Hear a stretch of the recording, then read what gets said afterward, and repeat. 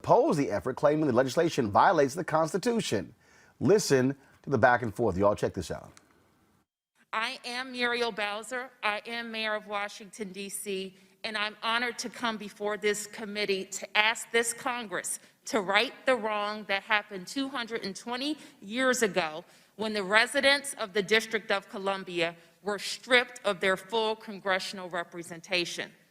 2 years ago, on the 116th, I came before this committee under the leadership of the late Elijah Cummings to dispel erroneous arguments against D.C. statehood. These are bad faith arguments, and I'm sure we will hear them time and time again this morning. They say Washington, D.C. statehood is unconstitutional, even though constitutional experts have refuted this claim. Article 1 of the Constitution is not an obstacle. As H.R. 51 makes clear, a federal district will remain for the federal government, its buildings and its workings. And the rest of the area where people live will become the 51st state. They say Washington, D.C. is too small, our economy is not diverse enough, even though we're bigger by population than 2 states and pay more per capita than any state. We pay more in total federal taxes than 22 states. They say Washington, D.C. can't take care of itself. This is simply not accurate. In fact, by many objective measures, D.C. is a better governed jurisdiction than most states. We have balanced our budgets for 25 times in the last 25 years. And we already operate as a state and perform the same functions as states do. During the coronavirus pandemic, for example, we have led COVID-19 testing, contact tracing, and vaccination efforts, just as states do. And we are treated like a state in more than 500 citations in federal law. Again, 2 years ago, we debunked those claims as thinly veiled attacks on our political leanings and, quite frankly, on our diversity and history of Black political power. Today, I come to urge this committee and this Congress to move beyond the tired, non-factual, and frankly, anti-democratic rhetoric and extend full democracy to the residents of the District of Columbia, as the founding fathers saved for a later day. I was born in Washington, D.C., and generations of my family, through no choice of our own, have been denied the fundamental right promised to all Americans, the right to full representation in Congress. The simple fact is denying American citizens a vote in the body that taxes them goes against the founding principles of this great nation. The disenfranchisement of Washingtonians is one of the remaining glaring civil rights and voting rights issues of our time. Even as the Constitution was being drafted, several members foresaw the situations that Washingtonians face today, a capital city of second-class citizens. When white residents were the only population to be affected, as they were the only ones with suffrage at the time, the founding fathers pledged to correct the wrong, and the Continental Congress was eager to offer amendments to correct it. But ultimately, the Constitution did not resolve the concerns around the future of federal districts, congressional representation, or self-governance.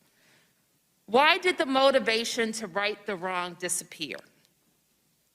As time passed, the district became majority African American. The drive to correct the wrong was replaced by racist efforts to subvert a growing and thriving Black city. Historic records abound with statements of successive members of Congress referencing the Negro problem or the color problem within D.C. as a justification to withhold congressional representation. This was their way of saying African Americans are unable to govern themselves or vote for their best interest, or I dare say, be the face of the nation's capital. Surely, in 2020, this body cannot associate themselves with that view. Next month, we will celebrate President Lincoln signing the Emancipation Act that freed the slaves in the District of Columbia, April 16, 1862, months before the Emancipation Proclamation freed other enslaved people in our country. I hope to remind this Congress that district residents are still not free as we remain disenfranchised by this body. I urge all of you to do what over 202 centuries of lawmakers have failed to correct and grant full democracy to DC residents through statehood. We have proven our sound leadership, and there is no reason for this Congress not to right this wrong. Zach Smith, conservative with the Heritage Foundation. This is what he actually said in today's hearing, y'all. Framers also wanted to avoid one state having undue influence over the federal government. There's no question that D.C. residents already impact the national debate. For the members here today, how many of you saw D.C. statehood yard signs or bumper stickers or banners on your way to this hearing today? I certainly did. Where else in the nation could such simple actions reach so many members of Congress? Framers also wanted to avoid one. Yeah, that's such a nonsensical argument that, ooh, yard signs. But during his testimony, Smith also got something wrong, and he had to be checked by Baltimore Congressman Kwesi Mfume.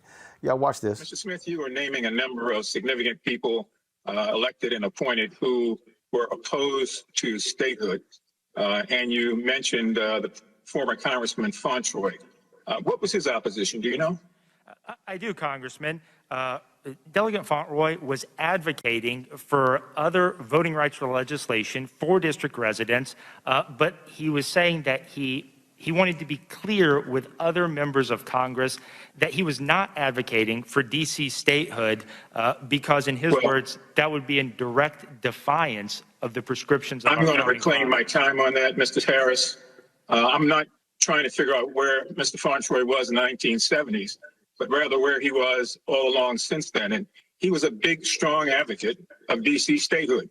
In fact, we took a train, he and I, and a number of members of the Congress from New York back down to Washington, with each stop having a rally for D.C. statehood. So I think you probably want to check your facts on that, because Walter Fontroy was not against statehood. Isn't it interesting when you start correcting the facts here? Folks, here's the real deal. Republicans simply oppose D.C. statehood because they don't want to see two black United States senators. They don't want to see two black Democrat United States senators. Now, look, this is real simple. If you really believed in D.C. statehood, or if you believed in democracy, how can you say we're just going to just blow off and screw over individuals who live in this particular state? It just kind of makes no sense whatsoever. To listen to any what Republicans had to say on this, it's nuts. You also had Rashida Tlaib, who spoke on this very issue, and this is what she had to say in today's hearing. Partnership and leadership of Congresswoman Norton on our committee for constantly bringing this to our attention. I think it's important to note that D.C. statehood should not be a partisan issue. I know that's what you hear here. I think the messaging on the part of my colleagues on the other side of the aisle would be different if it was a predominantly Republican district. I mean, we truly are literally talking about democracy versus being able not to have democratic access to making sure that you are represented at all levels of government. And we also can't claim to support self-determination and democracy and oppose D.C. statehood. It's that simple. So since my friends across the aisle love to talk about taxation, local control, and federal overreach whenever it happens in their states, I'd like to focus on these topics as they impact the D.C. residents. Congress has always... That was, again, Rashida Tlaib, who was speaking today on D.C. statehood. When you listen to a lot of the craziness coming from Republicans on this issue, there was almost a deal a few years ago to actually get DC statehood, but then it failed as well. Let's go to our panel who joins us right now. Dr. Ava Jones-DeWeaver, political analyst, Dr. Julianne Malveaux, economist, President Emerita, Bennett College. Later, we'll be joined by Eugene Craig, CEO, Eugene Craig Organization. I'll start with you, Julianne. Look, we know exactly why Republicans do not want D.C. to be a state. Absolutely, Roland. I think that if the population continues to tilt, it used to be chocolate city, now it's chocolate chip. When the chips get smaller, I think they'll be much more interested in D.C. statehood. They do not want 2 Black members of Congress, 2 Black senators. What they want is to close our access. And we have to give Congresswoman Norton high props for continuing to raise this issue. I found it so disingenuous. I'm so grateful that Kweisi Mfume checked that man. I forgot his name already, but checked that man who tried to say that Fauntleroy was not in favor of statehood. If you go back and look at the congressional record, he spoke out on it on the floor of Congress, I don't know how many times. He sang about it once, actually, talking about set us free. So these folks will manipulate facts, but we know what party they are. They don't believe in facts. Manipulate facts to essentially sideline the voices of 700,000 people. 700,000 people who live in this District of Columbia. It's wrong. It's big wrong. And hopefully this administration will support Congresswoman Norton and others in making sure that D.C. has the kind of representation that we deserve. Avis. Absolutely. I mean, really what's happening here is that you have a Republican Party that above all else wants to hold on to power. And they know that if D.C. becomes a state, then that essentially is providing 2 more Democratic senators to the Democratic Party, which will make it that much more difficult for the Republicans to be able to get back in power and maintain power.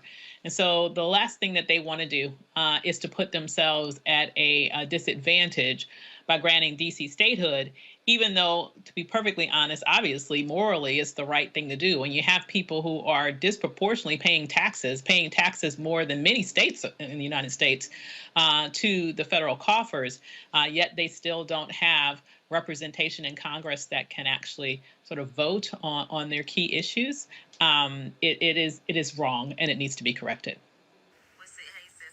Look, y'all, bottom line is this here. Democrats, they got to show some guts. They got to make a decision whether they're going to actually get serious about this. And the question is, will they?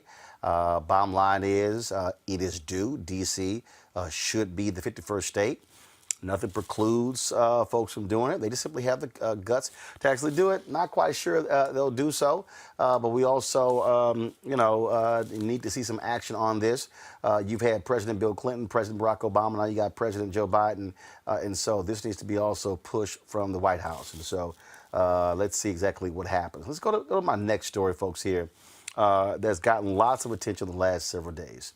Tamir Rice, the mother of Tamir Rice and Lisa Simpson, the mother of Richard Rice, who was shot and killed in Los Angeles, are calling for Tamika Mallory, Ben Crump, and a number of others to step down from their involvement in activism in fighting for Black people.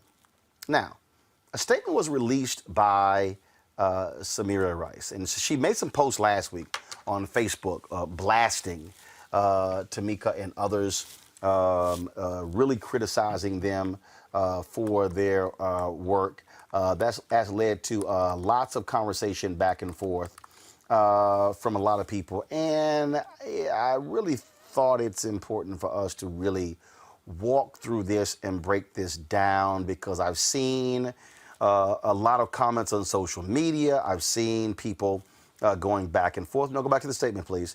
I've seen people going back and forth, and so I want to break this down. So this is the statement here, the official statement from Tamir Rice, mother Tamir Rice, and Lisa Simpson. Tamika D. Mallory, Sean King, Benjamin Crump, Lee Merritt, Patrice Cullors, Melina Abdullah, and the Black Lives Matter Global Network need to step down, stand back, and stop monopolizing and capitalizing our fight for justice and human rights. We never hired them to be representatives in the fight for justice for our dead loved ones murdered by the police. The activists have events in our cities and have not given us anything substantial for using our loved ones' images and names on their flyers. The attorneys in our fight are also misleading the impacted families. In the case of Tamir Rice, it was even questionable as to whether Benjamin Crump knew the laws in depth in the state of Ohio. I fired him 6 to 8 months into Tamir's case. We don't want or need y'all parading in the streets, accumulating donations, platforms, movie deals, etc., off the death of our loved ones, while the families and communities are left clueless and broken. Don't say our loved ones' names, period. That's our truth. Now, that is the statement. Okay? Now, so I was on Twitter, and the mother of Lisa Simpson, she actually posted a variety of tweets on this very issue that that are important. That are important because what she is saying is that they need to be paid. They posted this tweet right here. Update from Tamir Rice. This was at 1:34 today. I've been contacted by the following people: Patrice Cullors, Sean King, and Tamika Mallory. Me and my team will be preparing an official response. Thank you to everyone who has joined me and Lisa Simpson in fighting for our sons. Okay, so that was a tweet that they actually sent out today on this very issue. The other thing is when you begin to break down what was stated, because Tamir Rice was really upset when Tamika Mallory was on the Grammys, when she spoke on that particular program, and it was doing a performance by the baby. Now, I'm going to walk through this, and I'm going to show you several things, because I think it's important as we talk about this that we really properly walk through it so people understand what was said, what was done, and really what is involved. I know Tamika very well. What's interesting about this is that Tamika wasn't involved in the case with Tamir Rice. Tamika didn't travel to Cleveland, wasn't out there doing anything with regards to that case. But this was the performance that really angered Tamir Rice. Watch this.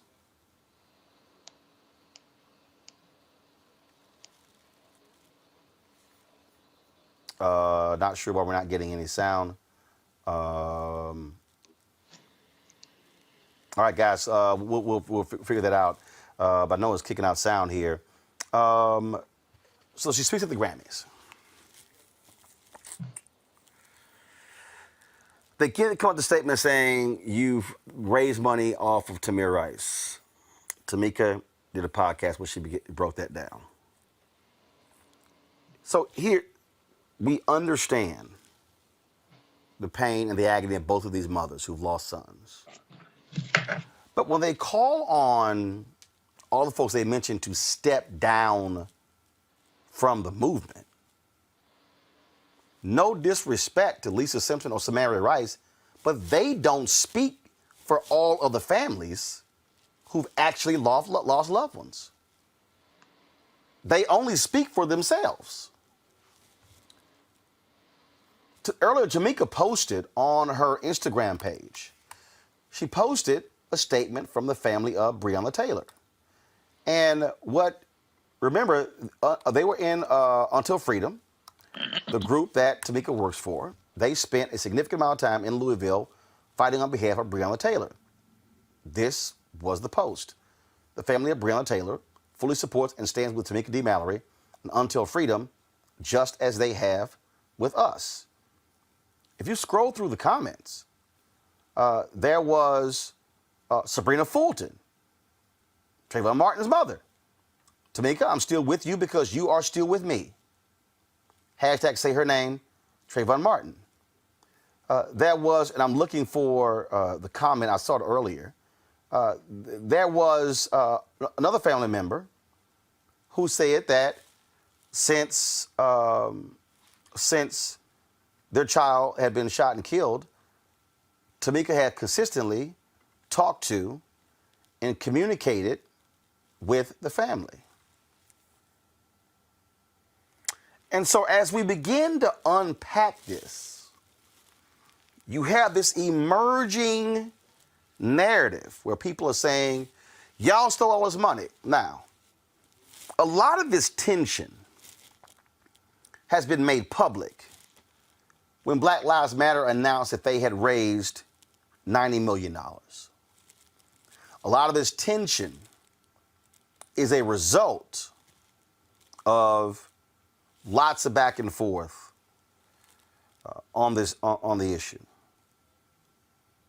What's interesting about this is that the NAACP has actually received more money than Black Lives Matter Network since the death of George Floyd.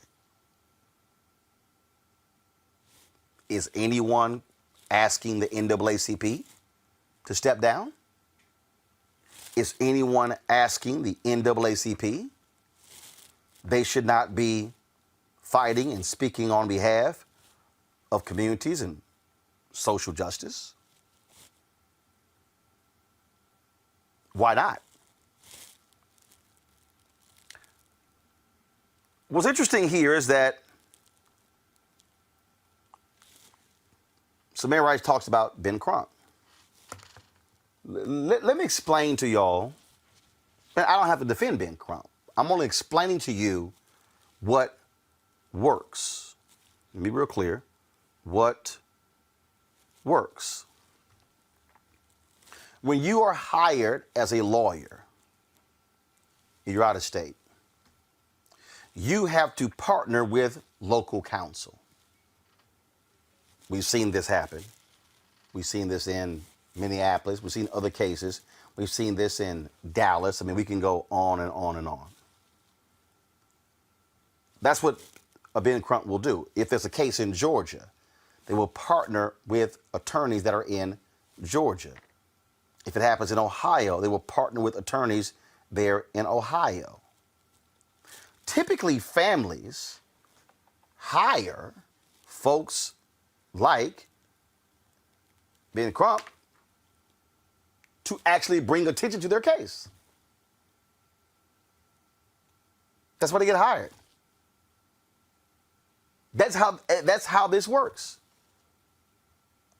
This is no different than when Johnny Cochran was alive. Johnny Cochran was hired. Families could have easily hired a local attorney. But they brought in Johnny Cochran because Johnny Cochran brings in cameras. To the idiots who are on YouTube saying I'm always speaking for Ben Crump, y'all can go to hell. I don't always speak for Ben Crump. I'm telling you how it works. I'm telling you that whether you hire a white attorney, a black attorney, doesn't matter. If an attorney is licensed in Florida and you hire them, there's a legal process they must go through to work on a case. That has nothing to do with one or the other.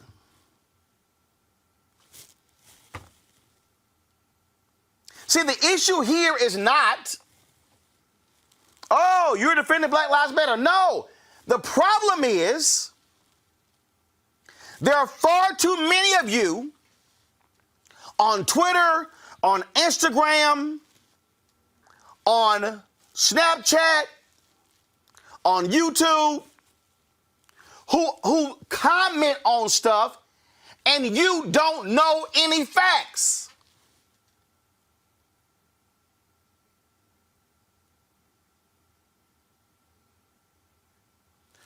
Tamika Mallory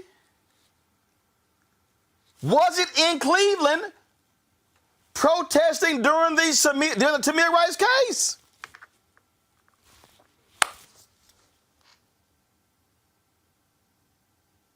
If Samaria Rice is saying, don't mention my son's name, okay. Don't get mentioned. Don't be surprised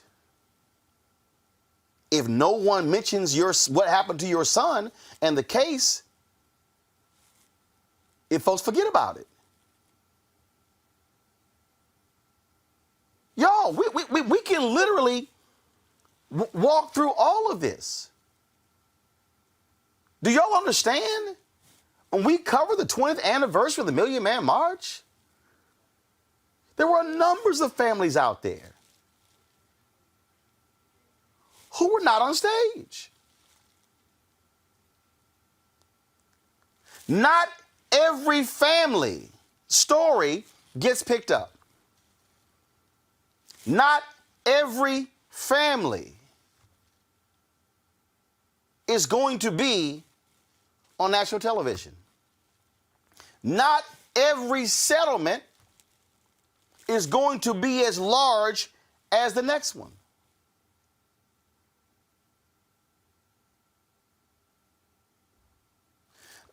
I want to read. I want to read through a series of tweets. Just give me a second. Because I think this is vital because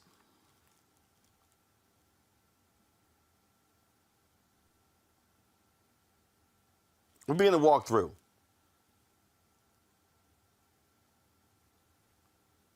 And also, this is also what happens when people tweet stuff and lie. So, peaceful_rule on Twitter, you're a lying ass when you just tweeted 1 minute ago.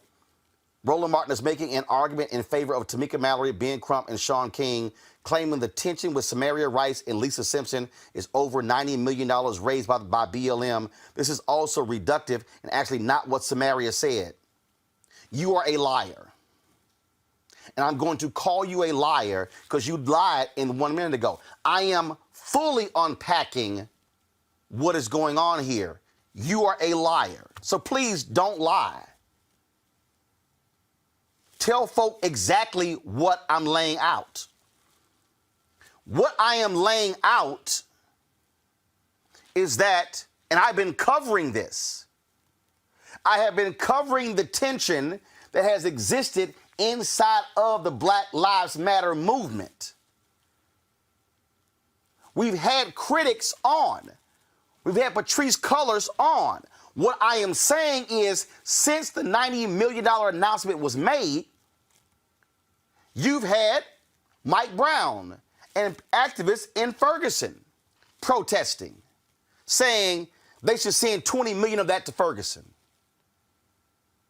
So see, don't lie and tell a partial thing of what we're doing. And everyone you mentioned, I didn't all mention.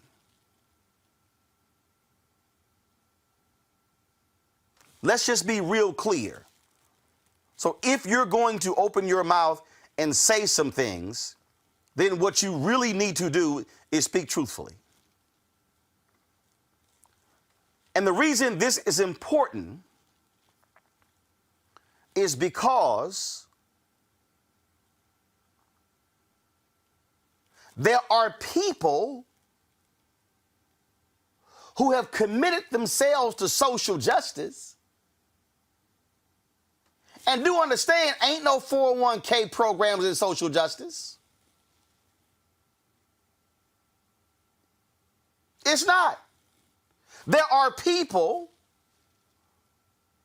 who are out there getting COVID on the streets, getting arrested, raising awareness, doing all of those things when it comes to many of these cases. See, I'm going to deal in facts. And the reason I am going to deal in facts is because I need our people discussing this not from a factless position, but a fact-based position. Tamika Mallory is not the only activist in America. She's not. Until Freedom, the group she co-founded, is one organization. They are not tied to the Black Lives Matter Global Network.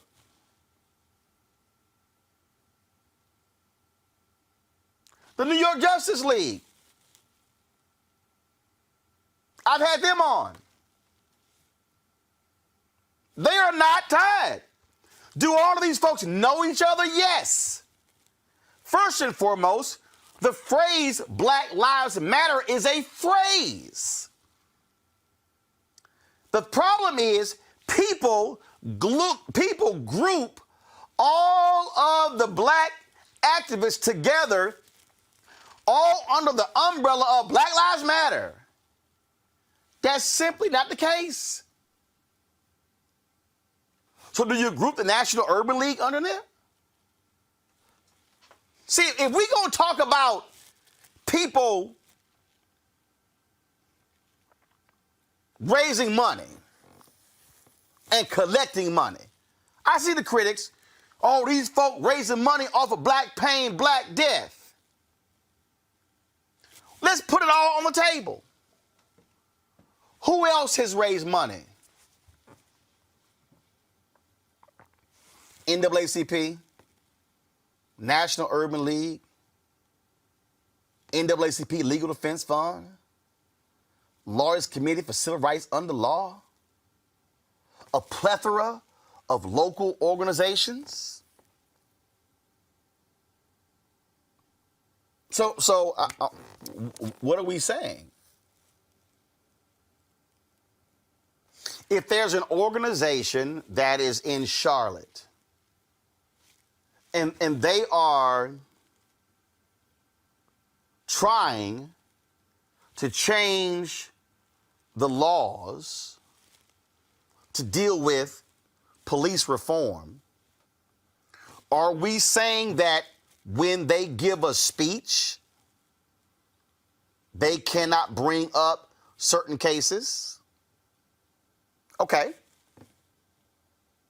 Fine, done. Are we saying that they cannot have someone like this on a shirt? That's no problem. Okay, that's fine. I do believe it's problematic when we say, oh, y'all got to step down. Well, first of all, how do you tell someone to step down from an organization that they founded? I got somebody trying to tell me, yeah, I see it all. Some so-called truth seeker. Roland, I lost respect for you on this one. You can't even understand why Mrs. Rice felt that way watching that Grammy performance, turning this movement into some corporate sponsor performance. Well, that's nonsensical. See, let me unpack. You can't complain about corporate dollars when you asking for corporate dollars.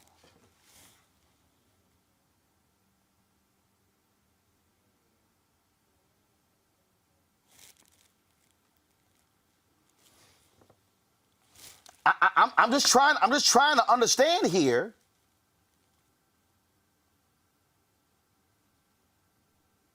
What are we actually talking about?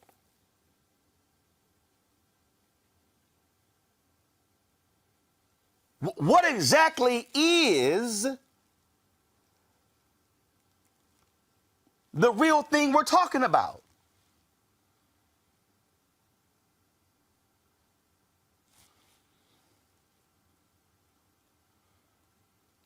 I'm looking for the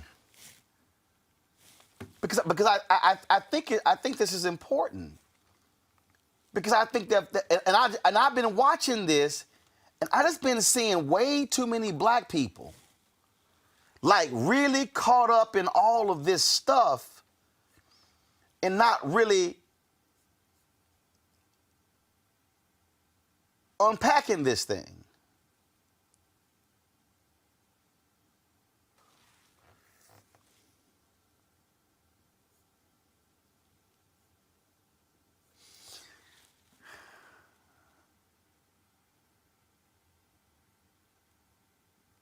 perfect example. I see this tweet about Tamika Mallory simultaneously capitalizing off of their grief. We saw that with Breonna Khan. How was Tamika Mallory? See, let me just go.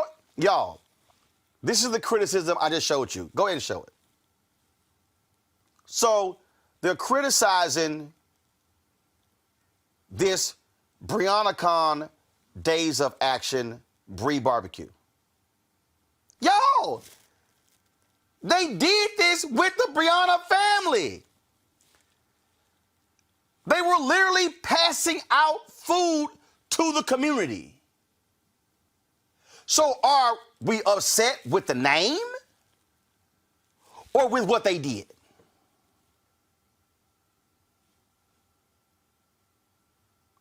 Are we upset with the name Breonna Khan, Days of Action, or are we upset with the work? And now are we mad with the folk who do the work? I'm just trying to understand the work that was done.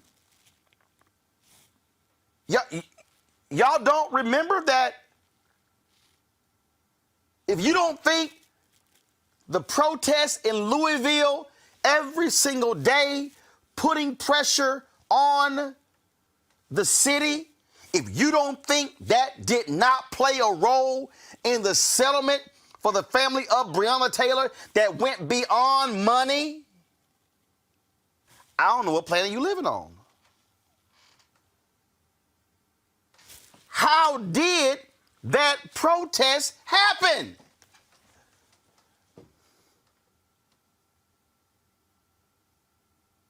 How do you pay for the billboards? How do you pay for the permits? How do you pay to bail people out of jail who are protesting?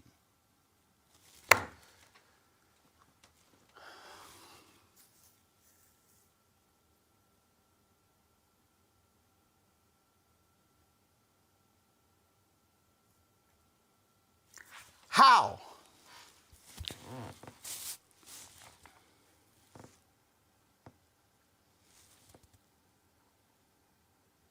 How can you have a movement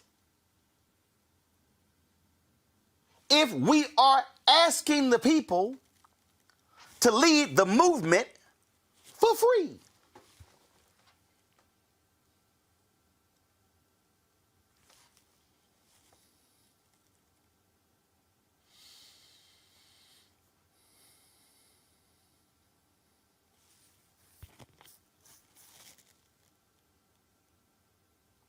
See, when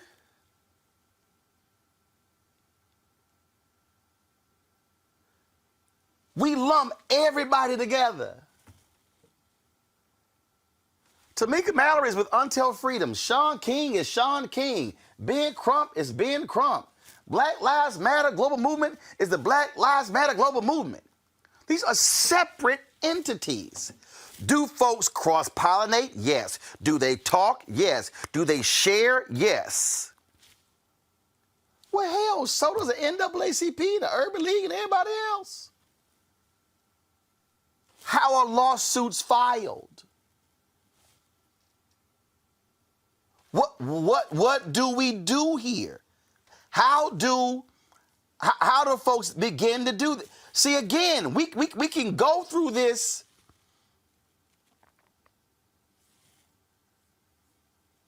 and it's important that we do.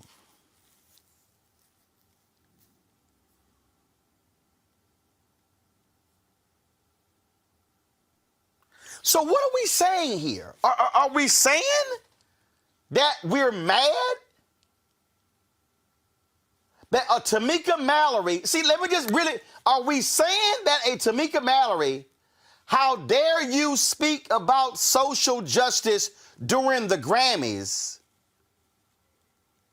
when that presentation reached millions of people, otherwise you wouldn't reach them. Roll it.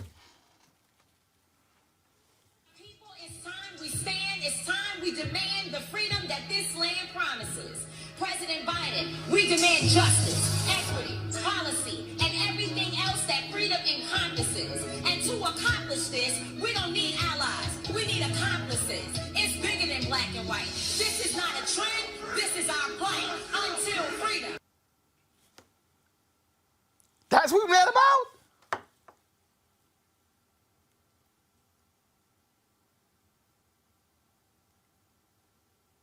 That.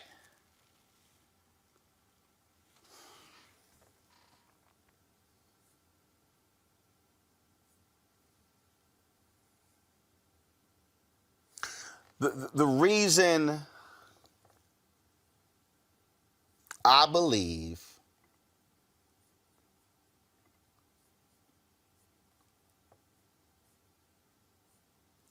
we are seeing this, and I said from the top, no one can understand the pain of losing a child to police violence except those who have lost a child to police violence. We have seen too many mothers and fathers lose children to police violence.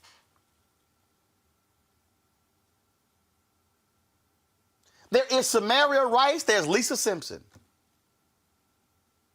There's Philando Castile's mama. There's John Crawford Jr. Rakia Boyd's family. Ayanna Jones' family. I mean, we can go on and on and on and on and on and on and on. But here's the very basic question that we have to ask ourselves. If you are a black mama and a black daddy, and your child has been shot by the police,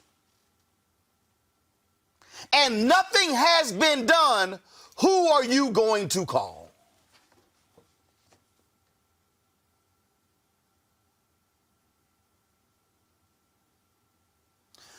Who are you going to call to try to get justice for your child?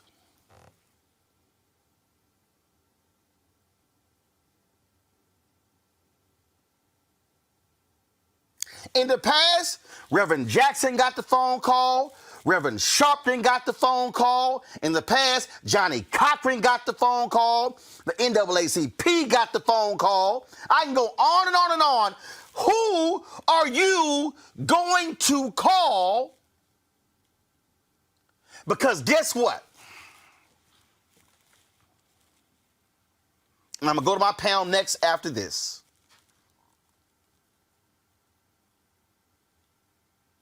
What if the Tamika Mallory say, you know what? I'm good. I'm going to go work for a voting rights nonprofit,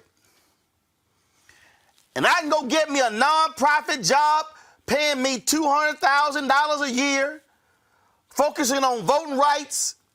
And what I'm going to do is I'm going to focus on that stuff.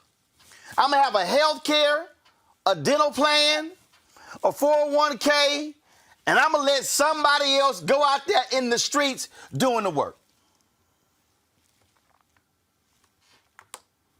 Kim Brown, this ain't called yelling, it's called speaking. Get your facts right. And if it's too much for you, turn your volume down.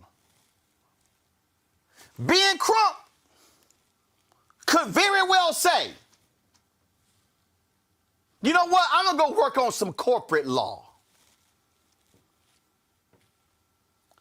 I'm going to go work on some personal injury law.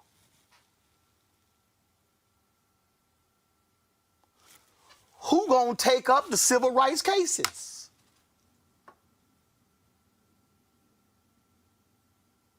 How can the civil rights lawyers pay pay their staff? How can they pay their private investigators? How can they pay their court fees? How can they pay? Please, by all means, show me. All I want to know is all of the people who are complaining. I want you to answer a very basic and fundamental question. If there are no black activists to call, if there are no black civil rights lawyers to call, please tell me how you are going to get justice for your child.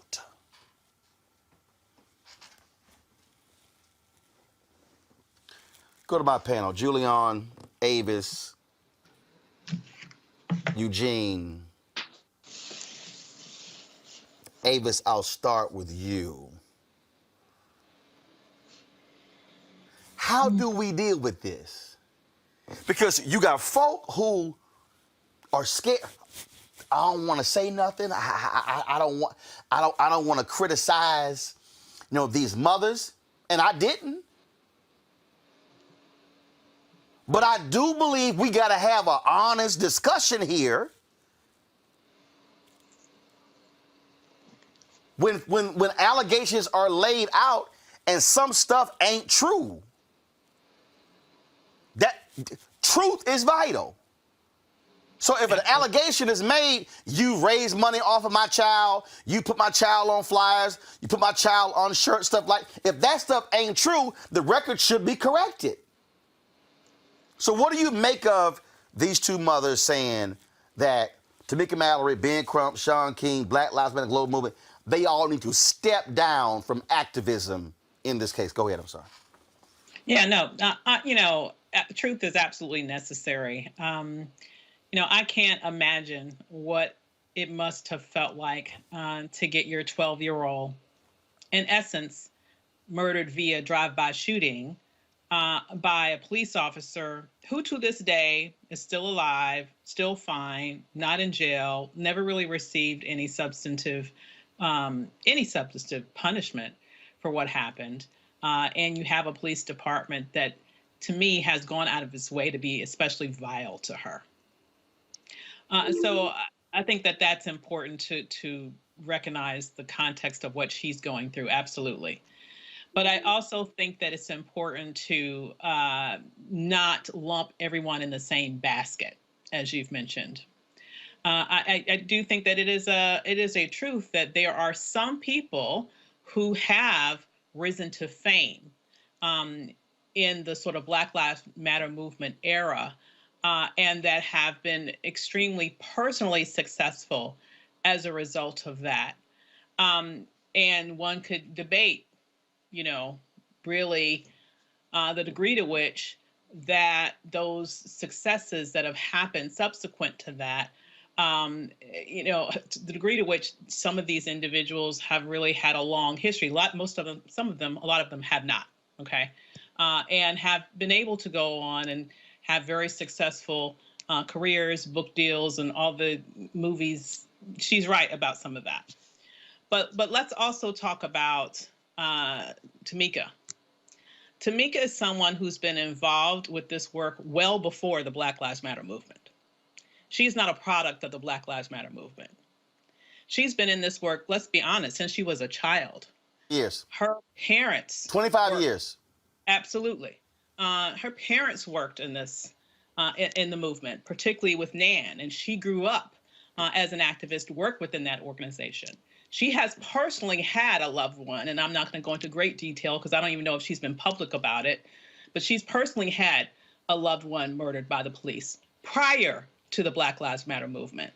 So she knows this type of pain. She's personally experienced it. And that has been a lot of, I believe, her fire around working in this area of social justice. Yes, her activism started when the father of her son was shot and killed. Absolutely. That's where it started. So, Absolutely. yes, Tamika Mallory is no different from Sean Bell's widow. Absolutely. Absolutely. One died at the hand of police, one died to senseless gun violence. Go ahead. Absolutely. So the father of her child is dead as a result of police violence. This is something that she has been fighting against for years. And so she knows this from a very personal experience. And as I mentioned, very well before the dawn of the Black Lives Matter movement. As you mentioned, her organization is a distinct and independent organization. It is not a part of the Black Lives Matter network. So the confluence with people sort of mixing all of this stuff together is an unfortunate misunderstanding of the facts. That's just clearly not the case. She was doing this work well before Black Lives Matter. She understands what it's like to have the love of her life murdered by police, the father of her child murdered by the police. And she's been doing this work for decades. So, I think we have to be very careful here about painting with a broad brush and throwing everybody under the bus because we don't know the facts around different situations. It is possible to critique and say about, certain situations, I don't know about where this money is and all this and all that. But when we're being specific and we're calling specific people out, let's also be clear that we know the facts around that person, particularly when we're trying to project onto them things that they've never been involved in. Julian, I'm reading here. So these were tweets that Lisa Simpson sent out on March 16th, and I would love to. I'm going to read them, and I just want to, because I think these are demands that they made. Number one, step down from the spotlight of our fights. Do not do any more interviews, make any more T-shirts, or hold any more press conferences or events in the name of our loved ones. Do not use our loved ones to market any events. Number two, Black Lives Matter Los Angeles should pay me, Lisa Simpson, as I am the mother of Richard Risher. They had a press conference for the 49-day encampment when my son, Richard Risher, first got killed. They raised $5,000 for my son's funeral. I never received one penny. There should be accounting there. Was the money paid to the funeral home or paid for so were expenses paid? Was the money supposed to go to her, or did they actually pay for the funeral? Those are legitimate questions that deserve an answer. Number three, financial assistance for the Tamir Rice Foundation from all who have exploited Tamir Rice. Tamika Mallory, Sean King, Benjamin Crump, and Black Lives Matter Global Network. I, Samaria Rice, purchased the building in 2018, and it needs remodeling, operational funds, etc. Housing funds for Lisa Simpson, as I am battling homelessness with my current children. My son, Richard Risher, was killed by LAPD, and I was offered no assistance from BLM. I'm currently living in a motel with my children and need funds for housing. And then she put support the Tamir Rice Foundation and make all requested donations there. Send personal donations to the cash apps of Samaria Rice and Lisa Lee. So these are the demands that were made. Julian, your thoughts about that and all we're talking about? I don't mean to laugh. I'm just thinking that they're accusing Sean King, Melina Abdullah, being Crump of being grifters. But these demands sound like griftering demands, frankly, and I don't mean any disrespect. I know that these sisters have to be in enormous pain. They must be in enormous pain. They've lost their loved ones. They haven't gotten justice. They believe that other people are exploiting their loved ones for their own benefit. But as you said, Roland, in the beginning, where are the facts? Now, I think it's perfectly reasonable to ask the folks in LA who raised $5,000, where did the $5,000 go? That's perfectly reasonable. But I think that this dissension, how can I put it? I can't put it. But it basically, at some level, gives the melanin deficient opportunities to talk about our movement in deleterious ways. Tamika Mallory, as Ava said, I've known her for a while. great sister, very rooted in struggle. That she was at the Grammys, frankly, was a victory for social and economic justice for Black people. But Lita Abdullah is a personal friend, founder of the Black Lives Matter movement in LA, professor at Cal State, Los Angeles, again, rooted in struggle. She's not making a penny off this. She, in fact, has often been castigated by her colleagues at the university for her activism. So, as you said, people don't get paid for this. Ben Crump, I don't know what he, of course, he obviously has to eat and has to live, but I don't think he's running around giving these people invoices. So I'm just really, I guess the word might be disgusted, but that's a little strong. I'm perplexed by the way this is going.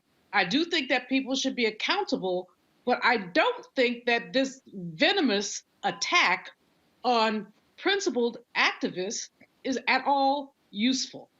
And when you look at the names they're calling out, these are people who put their bodies on the line, put their reputations on the line, put their spirits on the line. I feel so badly for these women. I really do. But that's not on these activists. I do think if there's a lot of money being raised, perhaps there could be some donation. But we don't know that a lot of money is being raised. We don't know what it's going for, Roland. And so, as you said at the beginning of your statement, we've got to deal with facts here. And I don't think that anybody in this debacle, and that's what it is the debacle, is dealing in fact. Eugene, I made clear to Patrisse Cullors in Black Lives Matter, they got to be transparent and accountable for what they do. I said the exact same thing to Derek Johnson, the NAACP. Let me say it again. The NAACP has gotten more money than Black Lives Matter. More. I know for a fact they've gotten in excess of $100 million since George Floyd's death. Mm-hmm. Okay. Are we demanding to see the plan of action from the NAACP? And we should. I know the National Urban League has gotten millions since the death of George Floyd. Mm-hmm. And I think if we go back, before that, a year or two, Eric Garner and Mike Brown, we can probably track even more. All legitimate questions. But when I hear people say, these folks are profiting off our pain, first of all, you need to be specific who you're talking about. Mm-hmm. Because see, Eugene, I remember reading stories of Black Lives Matter activists in Boston and other places in 2015 and 2016, where folks were talking about sleeping on couches because they had gotten evicted and they needed dental work, had no dental plans. And then it began to dawn on many of these activists that they had all of this passion to fight in the streets, but then it hit them. They needed infrastructure because you cannot, and let me say this for everybody who is watching and listening, you cannot have sustained organizations if they are broke. You cannot ask people to give their time and energy and their lives and say to hell with your family, forget that you might have kids. We want you to give. See, if folk, Eugene, gonna really make me go there,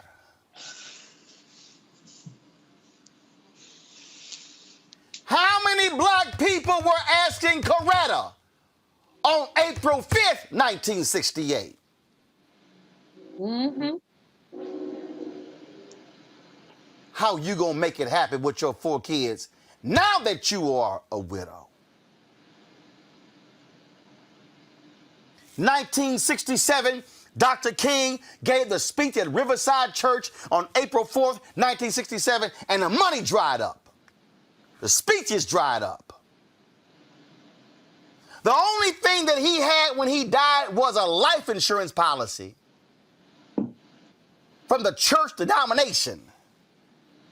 And were it not for Harry Belafonte and others who sent the kids to private school, who provided for security, who paid for groceries, Coretta Scott King would have been penniless because her husband gave all to the movement. When he got the Nobel Peace Prize, he gave the money and split it up between the movement, kept none of it. So I just want our people to understand that you cannot demand folk to fight for you pro bono and say, well, somebody else, they're gonna pay you. Somebody else gonna pay your bills. Somebody else gonna send your kids to college. Somebody else gonna pay your light bill. Eugene, go ahead. Look, first and foremost, we always start and empathize with the families, right? They have a right to feel the way they feel. They experience stuff that's unique to them. But with that said, I think that there's accountability and questions that need to be asked on all sides. The organizations only work when the trust is there, and the only way to actually build and sustain trust is through proper transparency. And look, that doesn't necessarily just start or stop with BLM. I think it starts and stops with every organization that's involved in the movement. I think there probably should be some movement accountability project that says, hey, this is what this org is doing, this is what they're funded, this is where the money went, X, Y, and Z. But by the same token, you're 100% correct. You cannot reasonably expect someone to do something for free for you, even if they are doing it for free or giving their time, blood, sweat, effort, and tears to fight on your behalf and your cause. For me, I'll be the blunt one here. A lot of this popping up now cries a lot of, give me the attention, give me the attention, give me the attention. Why are they getting the attention? Look, we all know Tamika Mallory and others have been at this long before this was a formalized movement the way it is right now. They were out there on the front lines. And look, I said this somewhere else. You have the Sharpton-Jackson, what I like to call the Sharpton-Jackson effect at play here. People want Jesse Jackson or Al Sharpton to show up to their cause and lend their name to elevate their cause and give them help. But then the second, that light shines on Al Sharpton and Jesse Jackson, it becomes, oh my gosh, why are they here? You know what I mean? And so, I think for a lot of this to work, it has to be effective two-way streets and transparency and accountability for everybody. I got a person on YouTube, Johnny Burton. He said, what about pro bono lawyers? Johnny. Johnny. Let me explain something to you, Johnny. A pro bono lawyer means some other clients are footing the bill for him to take your case for free. Some other clients are footing the bill for her to take your case for free. There you go. So, please, I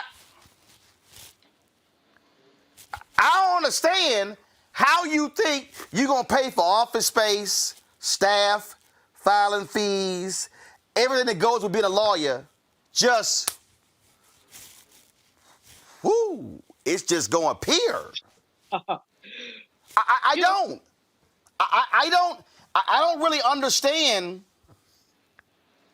folk not understanding what we're dealing with here.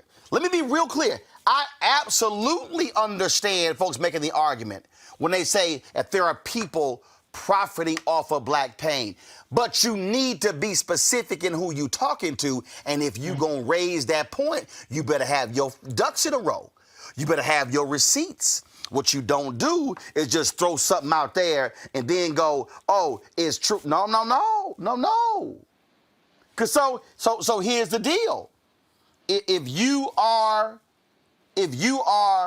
Lisa Simpson, and if money was raised to pay for your son's funeral expenses,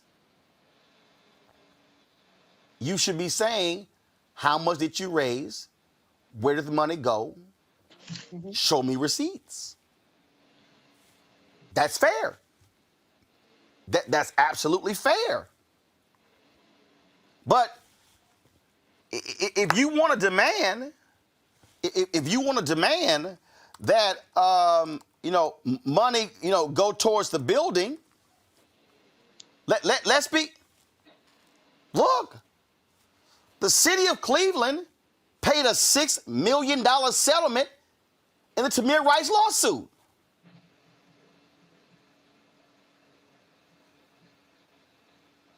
$6 million.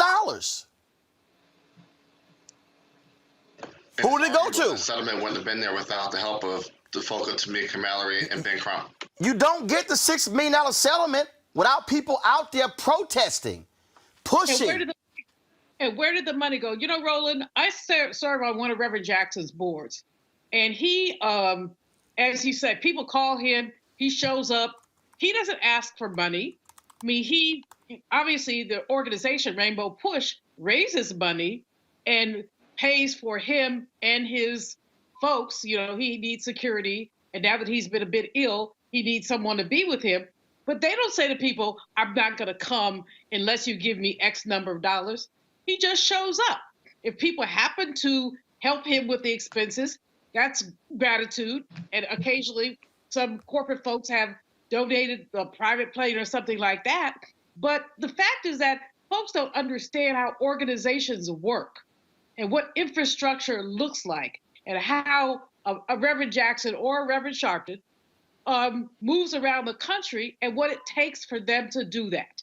And they don't run around giving people invoices. They come because they're called. Again, sometimes people do help. Oftentimes they don't. And that's all right, because they're not necessarily pecuniarily motivated. They're justice motivated. And so when you look at this stuff that's on the internet with these people talking about profiting off of pain, hell, we're all in pain. And the fact is that Tamir Rice, all these other young people who've been killed, they represent so many others whose names have not floated to the top, whose names, like Oscar Grant in Oakland,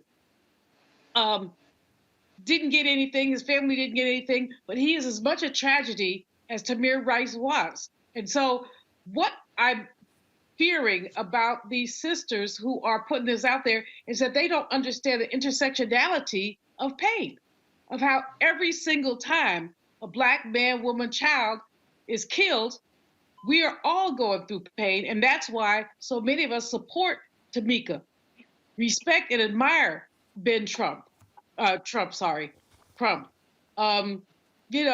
appreciate Reverend Jackson for the work that they've done. And I just, it really puts a chill down my spine to see us fighting about pain. And let me be real clear. I have no problem at all having Lisa Simpson or Samara Rice on this show talking about this here. But what I want our people to do, and let me be real clear, I want our people to operate from facts. There are people who are sending DMs to Tamika with death threats. Bitch, where's the 90 million? She doesn't work for Black Lives Matter Global Network. The life of Tamika Mallory has been consistently threatened because of these allegations. Let me say it again. The life of Tamika Mallory has been consistently threatened because of these allegations. If we're going to have a family conversation, have it privately.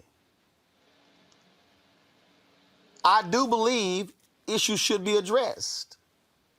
I do believe Mike Brown and the activists in Ferguson should be talking with the Black Lives Matter Global Network.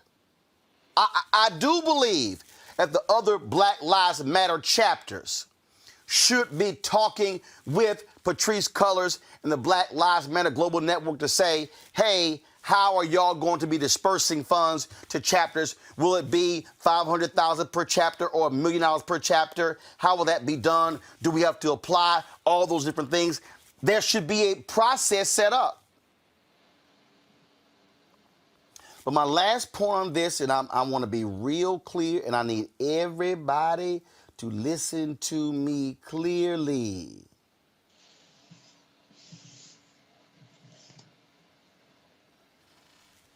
Be real careful telling folk to stop being involved in this fight for social justice, because they might just do it. And when it's time for the next family to call somebody, to stand with them, to fight for them, to organize protests on their behalf, the call may go unanswered. And then, what will we say? Because nobody is obligated to fight on behalf of anybody else. No lawyer, no civil rights lawyer is obligated to take a case. No activist is obligated to fly across the country to stand with families. There are many who do it because they have been called to do so because they care. Oh, let me be real clear. There are those in the game who are in this for the check. Oh, let's not make no mistake. There are those who are in the game for the awards. There are those who are in this movement to be on magazine covers and to get invited to Hollywood parties and panels at the Aspen Institute and to be able to hang with rich white elites. Oh, there are those who are in it for that reason. But you better be specific as to who they are and not paint broad brushes. Going to a break. I'll be back on Roland Unfiltered. Senators, this cannot be our future. Do not concede, Mr. President. Fight hard. This cannot be the future of America. That's all they got! The force, let's go!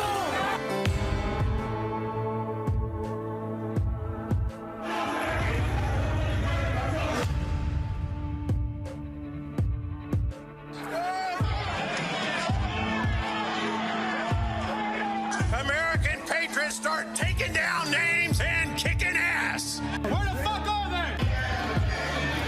Everybody stand down! Where the fuck is this? People died that day.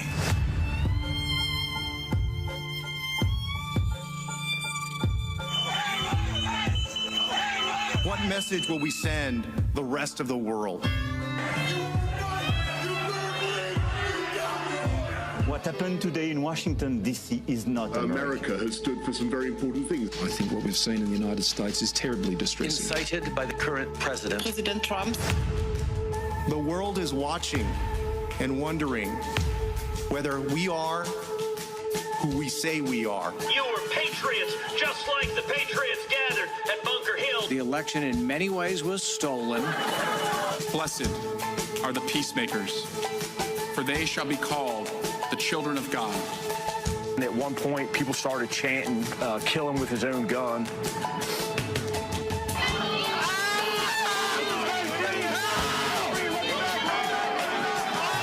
They thought they were going to die. Watching someone use an American flagpole to spear and pummel one of our police officers ruthlessly, mercilessly. We didn't need more witnesses. We needed more senators with spines.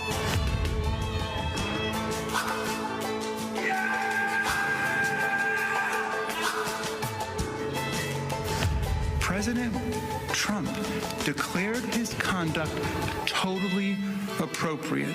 So if he gets back into office and it happens again, we'll have no one to blame but ourselves. Hi, I'm Kim Burrell. Hi, I'm Carl Payne. Hey, everybody, this is Sherry Shepherd. You're watching Roland Martin Unfiltered. All right, folks, welcome back to the show. There was chaos in Miami Beach this weekend as spring breakers flocked to the city for maskless parties. The police fired pepper balls to disperse crowds after an 8 p.m. curfew went into effect on Saturday. Miami officials said people have flocked to the city because of its relatively few coronavirus restrictions. But some black leaders are questioning whether the police reaction was exaggerated because the partiers were black and brown. Folks, let's go to it. Eugene, I'll start with you. Look, you saw the video there. Go back to the video, y'all. Go back. Thank you very much. You saw the video there. First of all, I saw white folks, black folks, a whole bunch of folk partying like it's 1999. Listen, it is wild down there right now. Something like 1,000 arrests over the course of spring break at this point. It's black, white, Puerto Rican, Asian. And I'm gonna say this, I came out and there were folk standing on top of my car, and my car is now dented, mirrors broken, glass broken. I'm expecting the police to arrest every single person that was involved with it. There are just, some things that are lawful, some things that are unlawful, some things that are just, completely out of line, and that's completely out of line. Not to mention that it's a full-on panoramic right now. And I don't see too many masks in any of these videos. So the thing is this, there are instances of police brutality. There are some instances, even in this spring break case, where the police, took things probably way too far. But I will say this, you can't just go and do whatever you want, especially when you're damaging other people's property or harming other people, and not expect a proper response to it. Avis?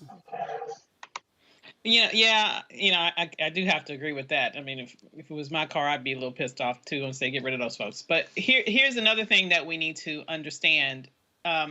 We just know in this country that the police are going to treat, this is just reality, the police will treat Black people differently than white people. And yes, a week ago when I was seeing footage from Miami, it did look a lot of mighty white. It looked mighty white down there in terms of the spring breakers out there acting a fool.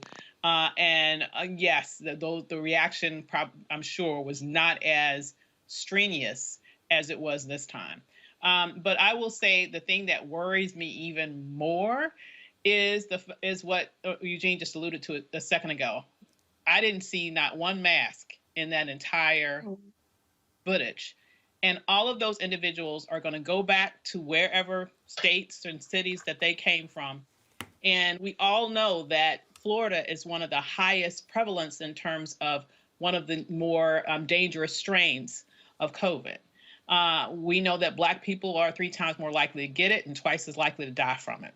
And so it just bothers me that people have just lost their ever-loving minds and out here acting like it's over. It ain't over, folks. It ain't over, okay? And so I'm sorry that, you experienced SWAT tactics, but you should know that you aren't going to be treated with the same sort of kid gloves. It's wrong, but it's real that you're not going to be treated with the same sort of kid gloves as the white kids when they go down there and do stuff.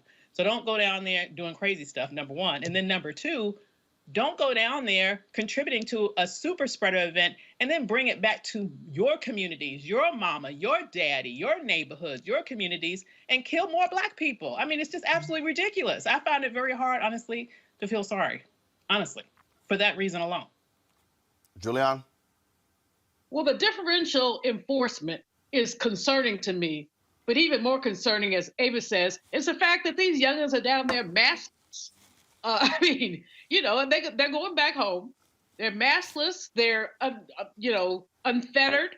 And Eugene, I'm sorry about your car. I'm sure there were a whole bunch of other people's cars that were also damaged. People have COVID fatigue, and they're acting like they don't have good sense. And that's that. At the same time, we do have to look at the differential enforcement of the law and the extent to which African Americans, although we're more likely to get COVID and more likely to die, we're also more likely to die because of ignorant, out of control police officers. So let's just be clear. There's enough ignorance to go around. I wish these black young'uns would not contribute to it. Yeah, it was kind of crazy. And bottom line is, of course, they're extending the emergency curfew there in Miami Beach. I'm going to tell you right now, I remember that story last year. That was his white father. He told his son, don't take your ass out of town. The son decided to leave on spring break last year, y'all. Came home, daddy locked his ass out the house. Daddy said, no, I don't know where in the hell you been, and you ain't making me and your mama sick. He said, you got to find somewhere else to live. I'm telling y'all right now, okay? I'm telling y'all right now, I got twin 17-year-old nieces in my house.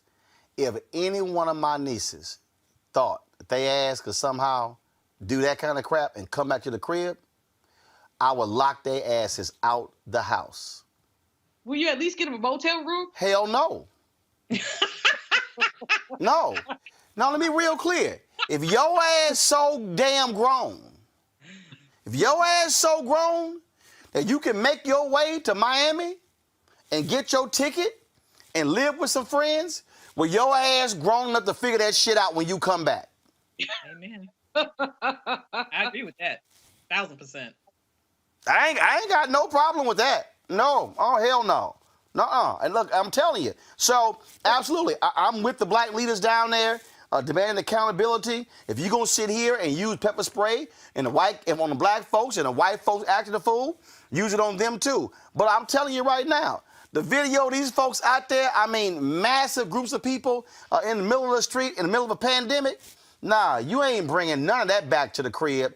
You're going to have to figure take your ass on. I'm just laughing, Roland. I'm just so glad I'm not one of your nieces. You damn skippy. Look, Roland is dead serious. Look, I'm dead ass serious. Let me tell you what my daddy told me. When your ass get to pay all your bills,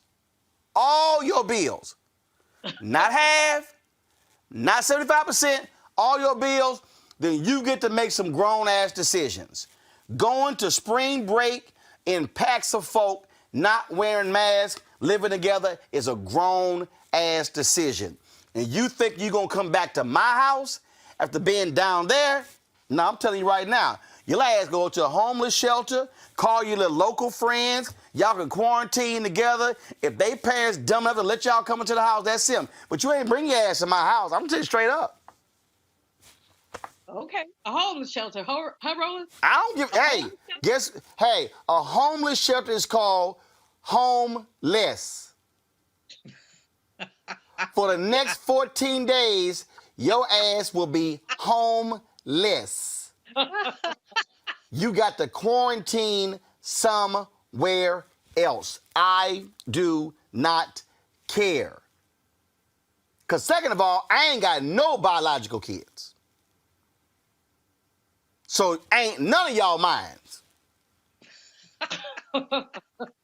So I'm just letting you know. Hello. So you can call me being hard all you want to, but you ain't about to have my ass walking around sick and laid out and all that kind of nonsense. No, I'm telling you right now, I think one of the biggest problems we have today, we got too many punk-ass parents who sitting here, well, my parents didn't let me do some stuff, so I'm going to let my kid do some stuff. See, that's why y'all stupid too. So that's part of the problem. So excuse me. If y'all want to say, why you old school? I said, right, call me 100% old school. Guess what? You absolutely right. I will be old school.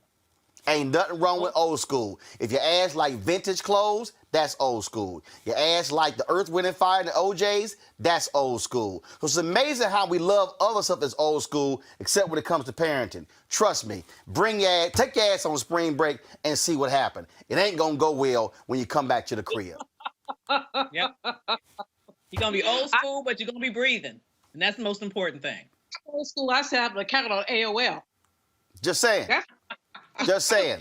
Kay James, one of the most prominent black conservative voices in Washington, D.C., has resigned as president of the Heritage Foundation. James took the helm of the think tank after former President Jim DeMint was fired in 2018 after the organization's leadership determined he had veered too far from his conservative principles and too close to Donald Trump. I don't know why we're showing this photo of her. I did an interview with her, so y'all should pull that video up. Thank you very much. She is joined by Executive Vice President Kim Holmes, a 3-decade Heritage veteran who will also step down. Here's the real deal, Eugene. There's a civil war that's going on inside the Republican Party. A lot of these conservatives are pissed off with Kay James because she brought on Mike Pence to work for the Heritage Foundation. They want them to be a right-wing, hard-right, Donald Trump kiss-ass, ass-and-loving think tank, and that ain't Kay James, and that's what's really going on at the Heritage Foundation. Look, in Kay James, this is what you get. You get the first black female director of OPM ever in the United States history. You get the first black female to serve as the Department of Health and Human Services of the state of Virginia secretary. You get one of the first black female regents of a university in Kay James. You get the first black female to lead a large think tank in the world, and that just happens to be the largest think tank in the world. Look, Kay James is a conservative. She's an old school conservative. She's somebody that's earned her stripes. And look, she's somebody that understands what it means to be black and be conservative, and the emphasis on the black, not necessarily the conservative. And so, when she became president of Heritage, it's something we all celebrated. But she walked in with some goals, her and Angela Saylor and others, they walked in to achieve some things, open up some doors. Kay's been the epitome of, I'm going to open up the door and let the rest of the squad in and create the opportunity for them. And that's what Kay did. And she played a very unique role over this last 4 years. There are some people that are pissed. She will still be a member of the board of directors for the Heritage Foundation, as she was before she became president.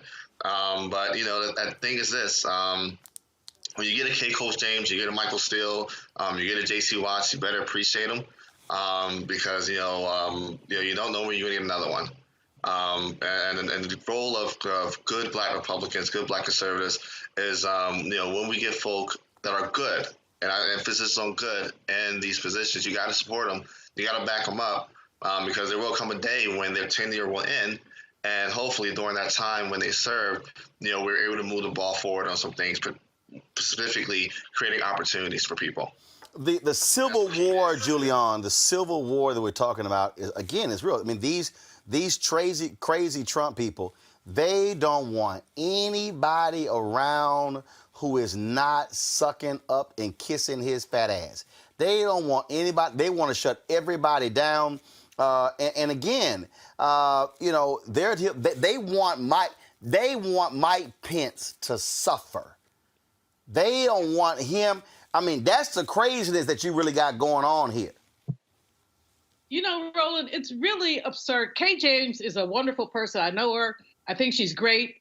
Don't agree with her politics at all, but I think she's great. I think that Heritage probably pushed her into a corner that she had to just get out of. And as you say, they want Mike Pence to suffer. They want anyone who has disagreed with the orange orangutan to suffer. And so when you look at what they've done at people like Mitt Romney, who's not going to suffer because they love him in Utah, but you look at some of these Republicans who stood up, Lynn Cheney, who stood up and said, this doesn't make any sense. And now these folks are going after them because they basically have independent thinking integrity. I don't know what's going to happen in the long run. I mean, the Republican Party is morally bankrupt, it has failed in integrity, has yielded to idiocy, that 130 some of them wouldn't even vote that Joe Biden had been properly elected, that just this week, some of them said they would not vote to give or last week rather, they would not vote to give congressional medals to the people who defended their behinds because they didn't want to use the word insurrectionists. These people have lost their hot monkey minds. And the question is, are there any Republicans with integrity who want to take their party back? Davis? Yeah, I too know Kay, and I think that she is someone that has integrity and someone who is committed to truth, which is unlike where we see the Republican Party going today. When she first took that position, to be perfectly honest, I didn't think she would last long. I'm aware of the history of the Heritage Foundation and what the Heritage Foundation is. One of the, I would call it, highlights of my career is when the Heritage published a piece many, many years ago and called me a radical flaming feminist. I was like, yes, thank you. But I will say that, here is what we know in terms of what's going on. It had been the case, theoretically, that the Heritage was supposed to be someplace where the conservative intellectuals went, right? However, now if you're seeing what's going on here with Kay, you're right. What we're seeing here is that this sort of, redneck underbelly of white supremacist racists who are the base of the Republican Party are now looking to infiltrate and infect all of those right-leaning institutions, including even the Heritage Foundation, which at one point was the leading sort of Republican think tank, which you would think would be a place where you would have intellectuals gather.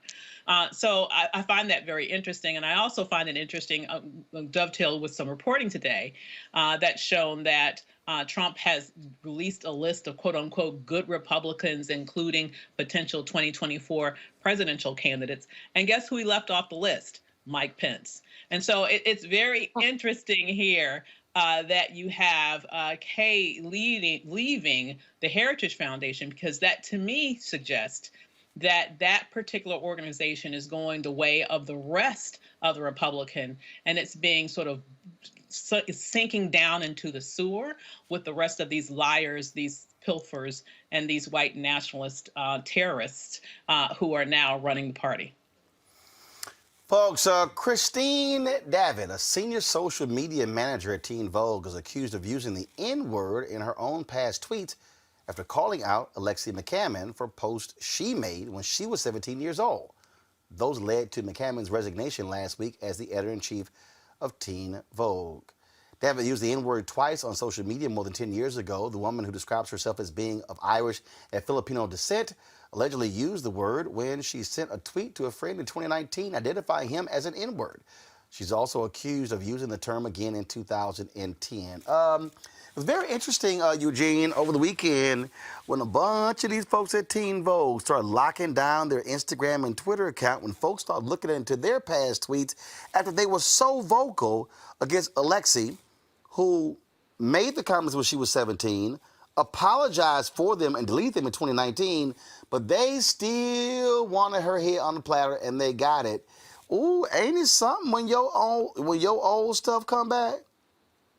It's wild. The thing is this, right? So if you're under, it's kind of wild. So if you're under the age of 35, Twitter from 2008 to about 2013 was a wild place. 99% of what happened on Twitter at the time would not fly today. With that being said, and that being the baseline and that being the understanding, when something like what happened to Alexi happens, you either better have your stuff together or just shut the hell up, because chances are you got some problematic tweets yourself. We all had some problematic tweets because Twitter was a wild place. Things like flying maggot cannot be said today. That was what was said back then. Certain views that were held back then and just tossed around cannot be said today because it's a different time. It's a different place. It was just a wild place. And so when the pile-on happens the way Teen Vogue did, they should have very well expected that, hey, if you're going to point your gun and fire shots, expect bullets to come right back your way, because chances are your ish is just as bad as her ish, if not worse. And I say that as somebody that grew up in this era. Avis. I mean, exactly right. Listen, if you're going to have a standard, that standard needs to be uniform. I mean, that's the thing. If the issue is that this person was clutching her pearls about something that Alexi wrote when she was 17, y'all, 17, okay, which needs to teach any teenagers out there today, just listen, stuff lives forever, okay? But, if they're going to be clutching their pearls about that and raising such a funk that she can't even accept the position, can't even serve one day into the new position for which she was hired for, then you need to, if that's the standard, then you need to say anybody else on this staff who has offensive tweets also needs to be gone. I don't understand how it's okay to just allow your staff to privatize their tweets, right? To make everything private now, because that to me is showing that they know there's stuff on there that's offensive.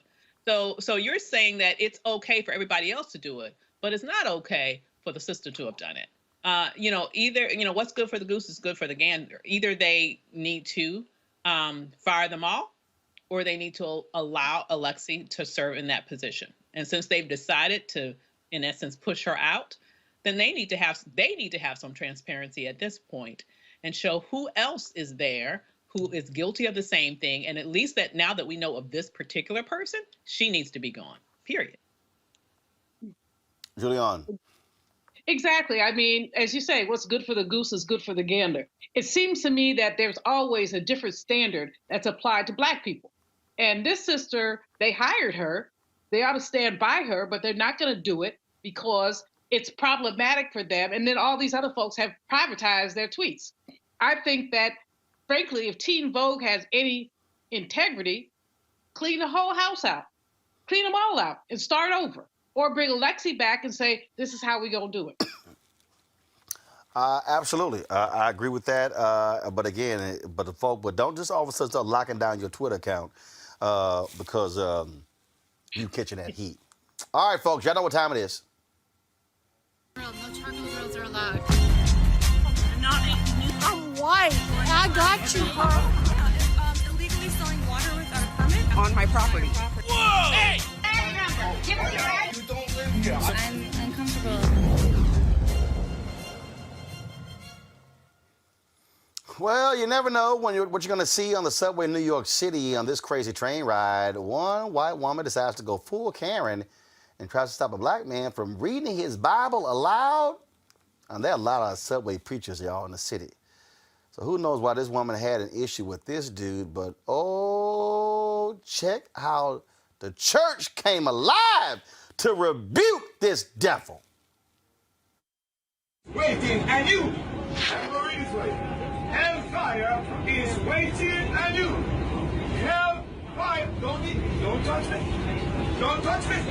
Please don't touch me. Okay, don't touch me. Don't touch me. You are in my space. Please don't touch me. Don't touch me. You leave them all the way over there.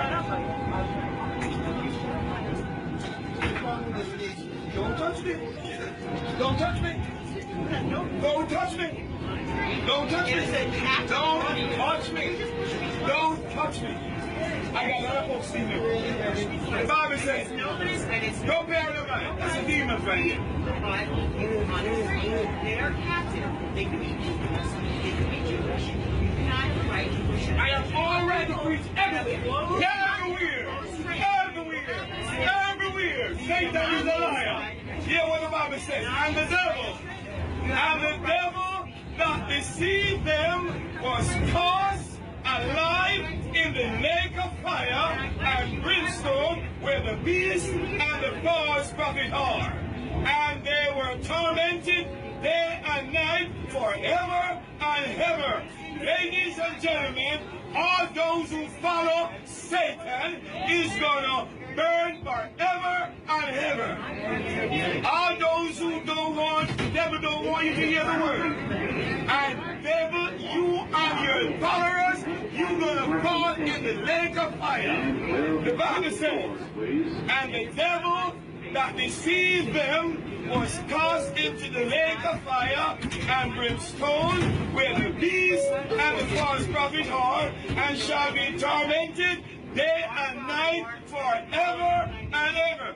There is power, wonder working power in the land. There is power, wonder working power in the precious blood of the Lamb. In the name of Jesus, in the name of Jesus, we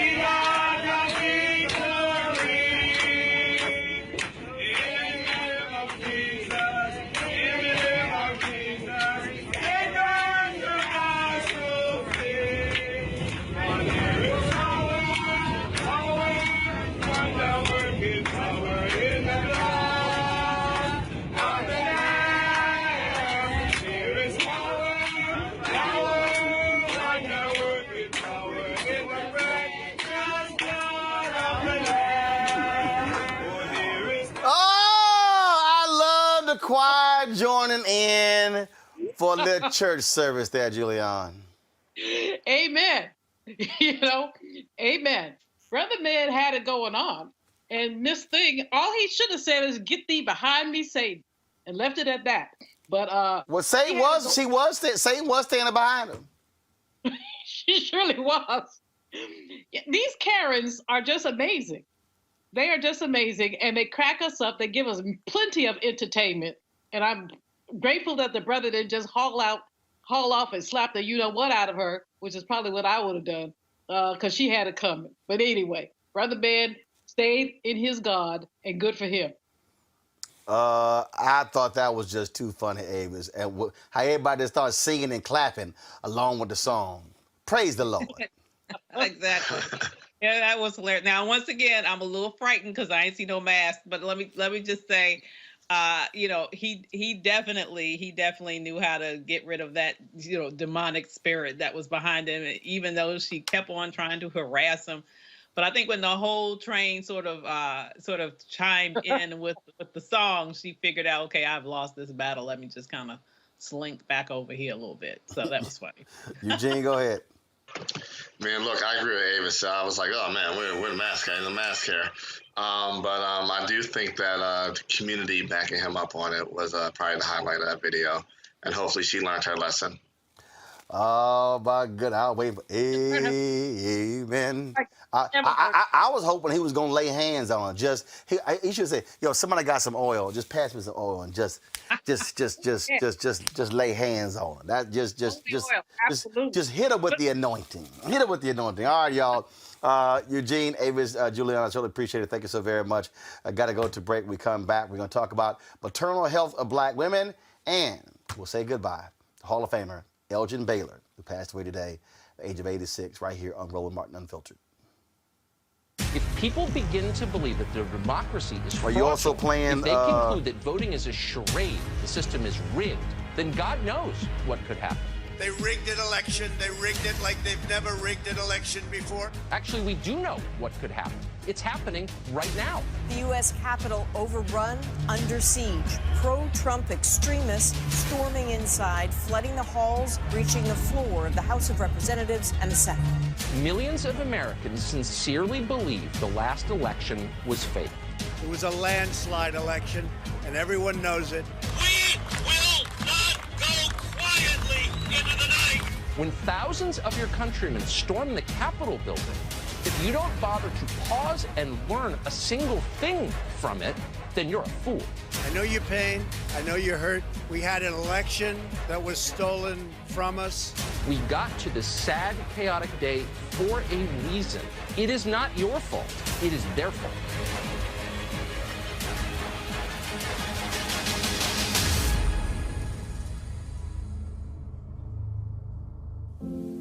I believe that it's movement time again. In America today, the economy is not working for working people. The poor and the needy are being abused. You are the victims of power, and this is the abuse of economic power. I'm 23 years old. I work 3 jobs. I work 7 days a week. No days off. They're paying people pennies on the dollar compared to what they profit, and it is time for this to end. Essential workers have been showing up to work, feeding us, caring for us, delivering goods to us throughout this entire pandemic, and they've been doing it on a measly $7.25 minimum wage. The highest check I ever got was literally $291. I can't take it no more. You know, the fight for 15 is a lot more than about $15 an hour. This is about a fight for your dignity. We have got to recognize that working people deserve livable wages. And it's long past time for this nation to go to 15 so that moms and dads don't have to choose between asthma inhalers and rent. I'm halfway homeless. The main reason that people end up in their cars is because income does not match housing cost. If I could just only work one job, I could have more time with them. It is time for the owners of Walmart, McDonald's, Dollar General, and other large corporations to get off welfare and pay their workers a living wage. And if you really want to tackle racial equity, you have to raise the minimum wage. We're not just fighting for our families, we're fighting for yours too. We need this. I'm going to fight for it until we get it. I'm not going to give up. We just need all workers to stand up as one nation and just fight together. Families are relying on these salaries, and they must be paid at a minimum $15 an hour. $15 a minimum. Anyone should be making this to be able to stay out of poverty. I can't take it no more. I'm doing this for not only me, but for everybody. We need 15 right now.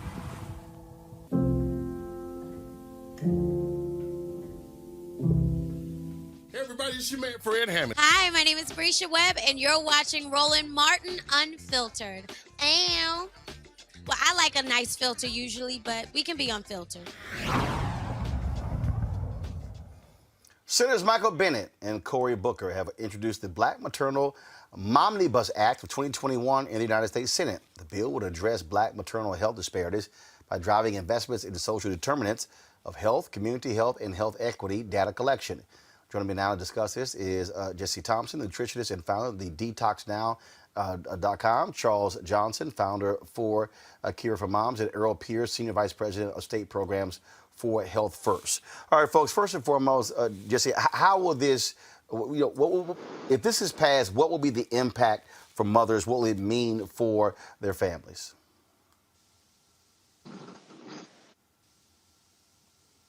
Jesse, go ahead. Okay, I'm so sorry. I thought Charles was going to go in. No, you're first.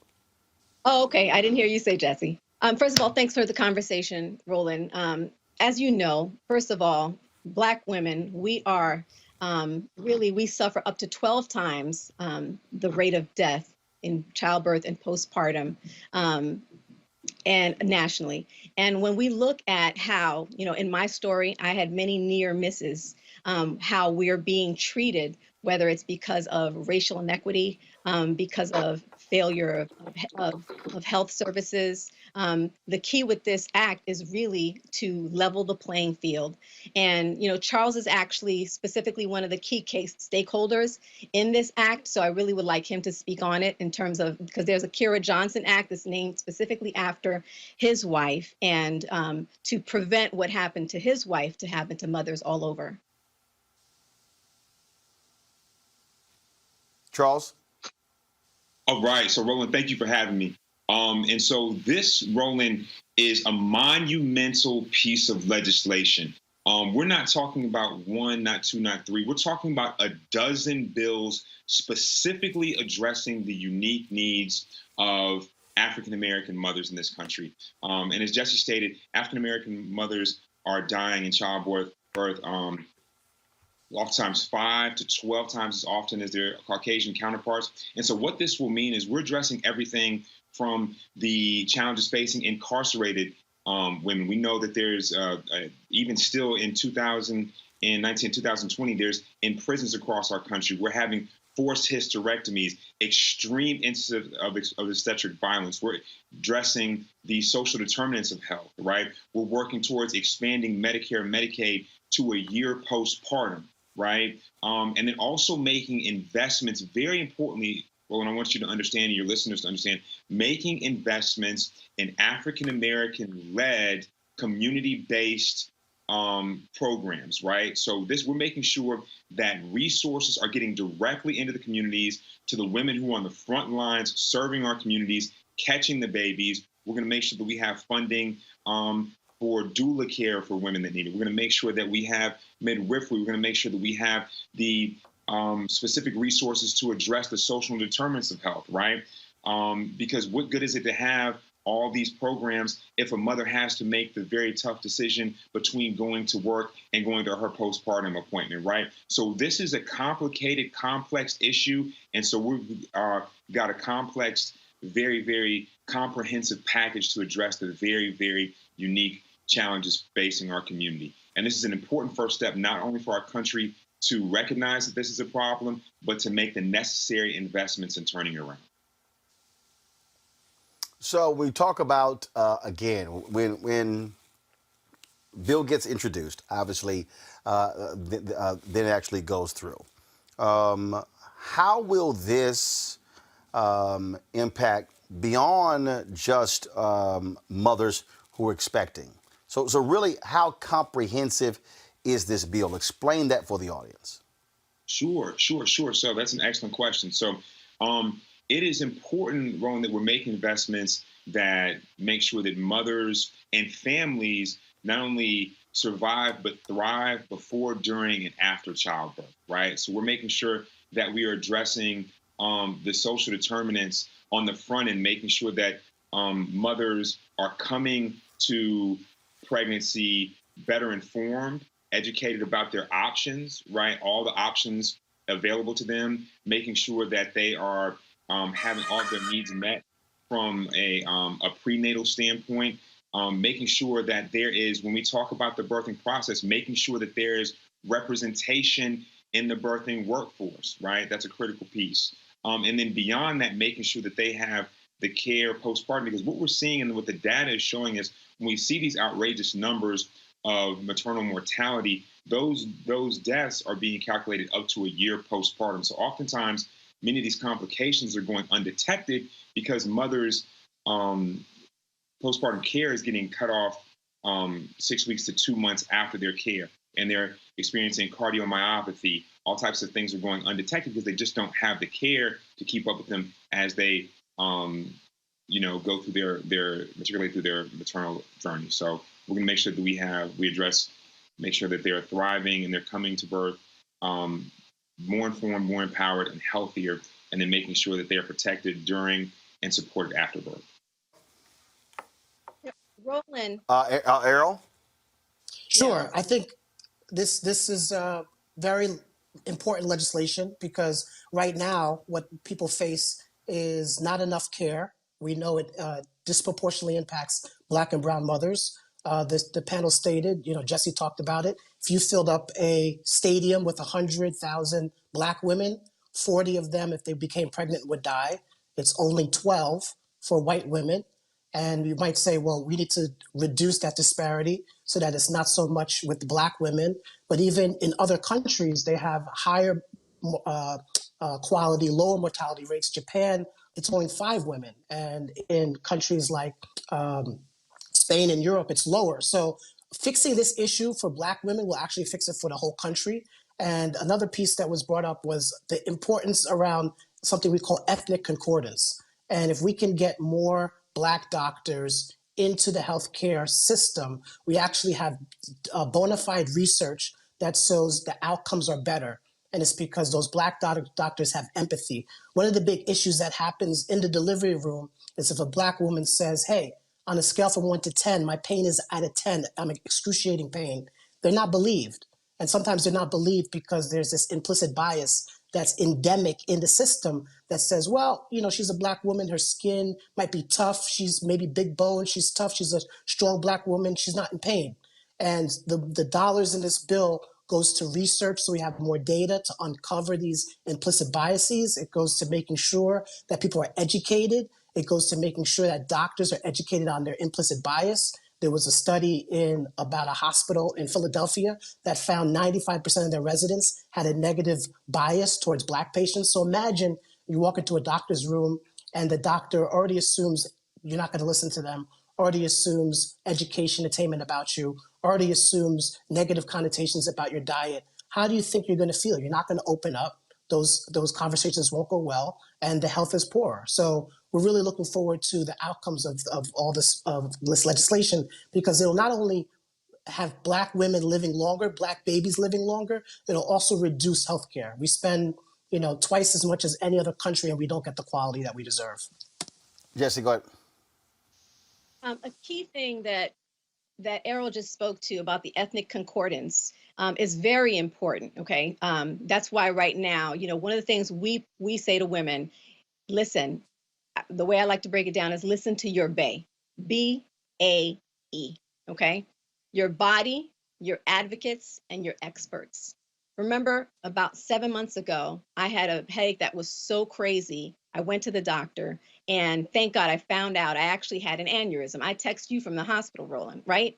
But because I did listen to my body, I was actually able to find something that was going on. And there are so many women who are going through things during pregnancy and after pregnancy, and they're ignoring their own what their body's telling them because doctors, they feel, are shushing them or rushing them, or they're afraid of, of being judged. Okay. And the other thing is to get your advocates in terms of whether it's the doulas. It's important, as Charles spoke to, the fact that doulas would be empowered, would be hopefully services that would be covered, as part of this act, because doulas have an insight for mothers, for Black mothers, that are not found necessarily at the OBGYN office. Okay.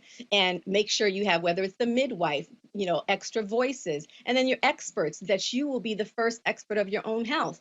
Remember when I text you from the hospital, Roland, the neurologist was telling me, neurosurgeon was telling me that I should go home with an aneurysm in my head.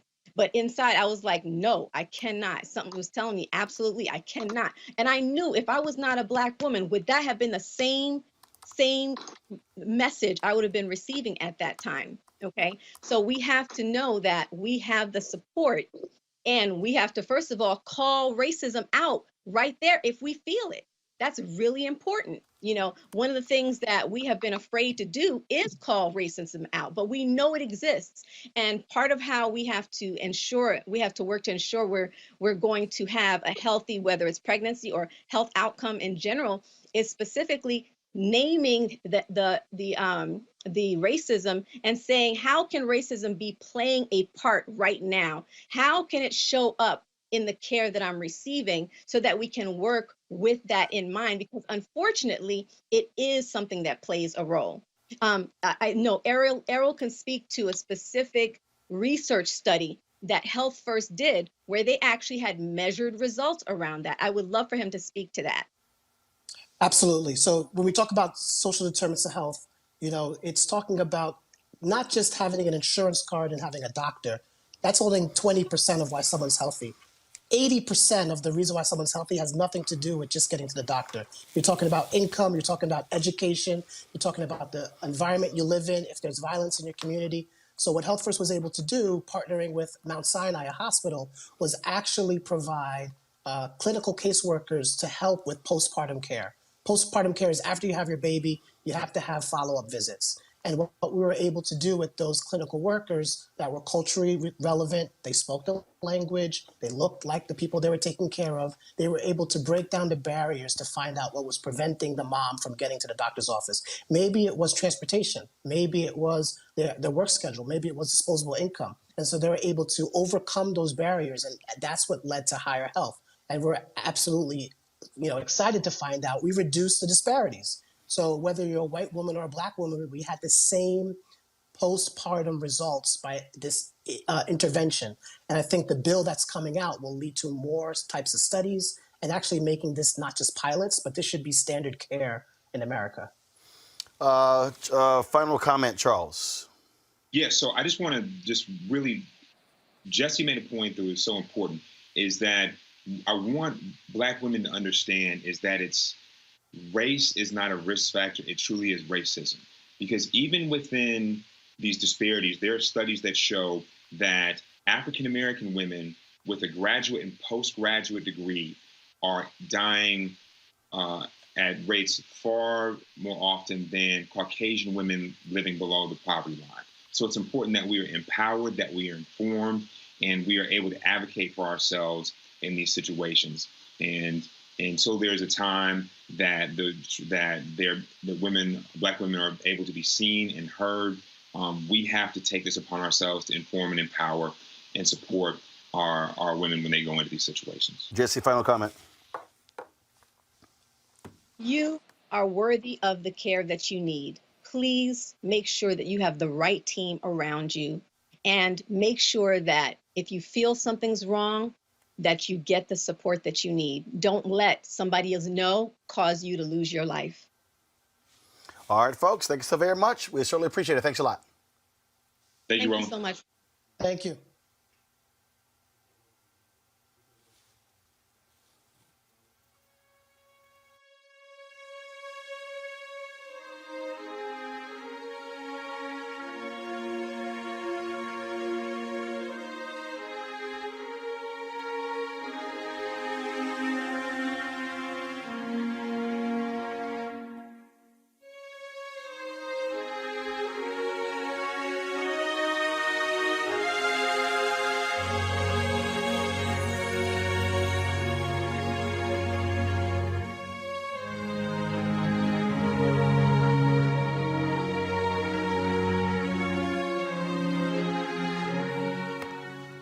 Elgin Baylor, the Lakers' 11-time NBA All-Star and also Hall of Famer, died today. He was 86, was surrounded by his wife and daughter. The Lakers announced that Baylor died of natural causes in Los Angeles. His wife Elaine was there, his daughter Crystal. Baylor joined the NBA in 1958 as the #1 draft pick out of Seattle University. He immediately set new records for individual scoring with a 55-point game in his Rookie of the Year season before scoring 64 on November 8, 1959. Then the NBA single-game record and the Lakers record for 45 years until broken by Kobe Bryant. Baylor became the first NBA player to surpass 70 points with a 71-point game December 11, 1960 against New York. Wilt Chamberlain set the record of 100 points in 1962. Baylor averaged 38 points in the 1961-62 season, despite doing active duty as an Army reservist. He scored 61 points in a playoff game against Boston in 1962, a record that will stand for 24 years until broken by Michael Jordan. He averaged 27.4 points and 13.5 rebounds during his 14-year career. He scored a total of 23,149 points in 846 games and was inducted into the Basketball Hall of Fame in May of 1977. Elgin Gay Baylor was born in Washington, D.C. on September 16, 1934. It was named after his father's favorite watch, an Elgin timepiece. Our thoughts and prayers certainly go with his family, all who loved him. I knew Elgin and his wife, always would see them at NBA All-Star game. Had opportunity through a dinner party there in Los Angeles, and their attendance, it was always great to see them. The last time we talked to Elgin Baylor was when he was on this show last year, when we, for our Kobe Bryant special, here's some of that. At it. And who are the coaches and players and maybe team executives that he listened to most?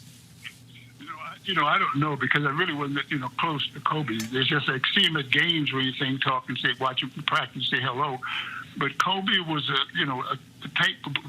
just watching him, a couple of times talking to people. I mean, he was a really unbelievable competitor, and Kobe believes that, what you have to believe that you can do certain things, and probably like his coach wouldn't want him to do certain things. But Kobe would go out there and do the things that he thought that would be beneficial for him, because, and I could understand that, because simple reason, he's the guy that got to make the play, take the foul or make the basket. And Kobe would go out there and, would think that, hey, you can't guard me. I'm going to go out there and just do my job. Kevin Merida. Well, just to have a little fun, Elgin, this is Kevin Merida from The Undefeated. Magic Johnson said that Kobe was the greatest Laker of all time. I mean, that, and as you know, that the Lakers could have their own Hall of Fame, because there's so many great Lakers. Where does Kobe rank to you in the kind of Laker pantheon? I don't know. Kobe's a great player, but I don't know. See, when I played, the game was a different game. When I played, like, to be honest, I'd rather play today than I did when I played, because the game was such a physical game. They could hand check you. That down, they can't do that.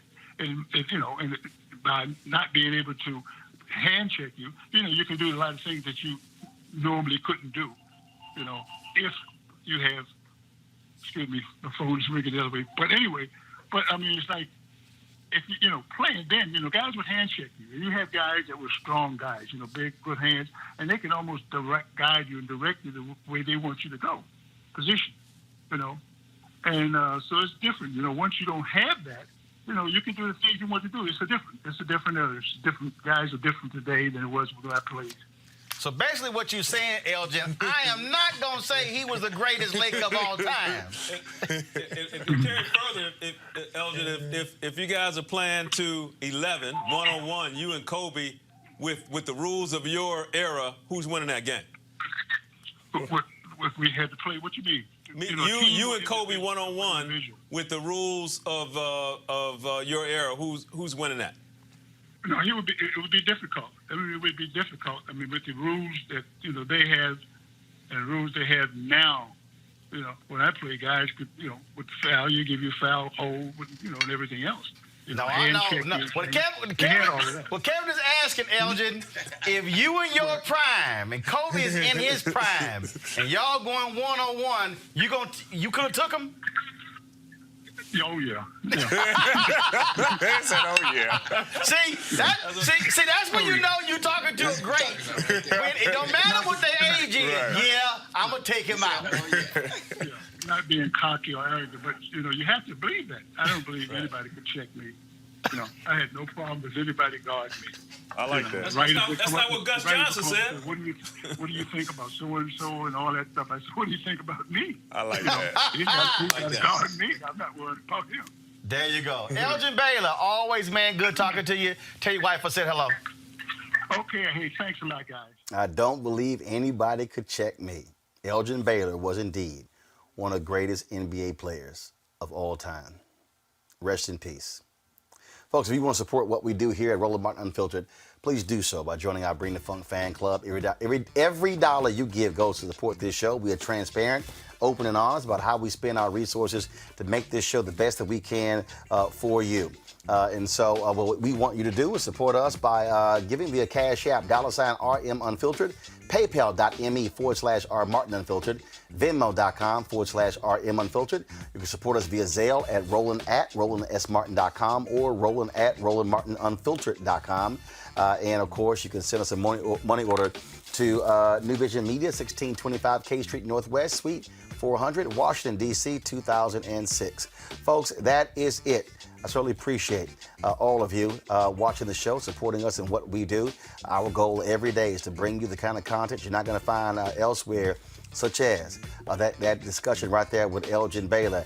That's why we do what we do. Mainstream media, they won't do what we did with Elgin Baylor, but that's why we have Roland Martin Unfiltered. We're unapologetic, we're uncompromising, we're unfiltered, and we're Black-owned. And when you control the product, you control the narrative. See y'all tomorrow.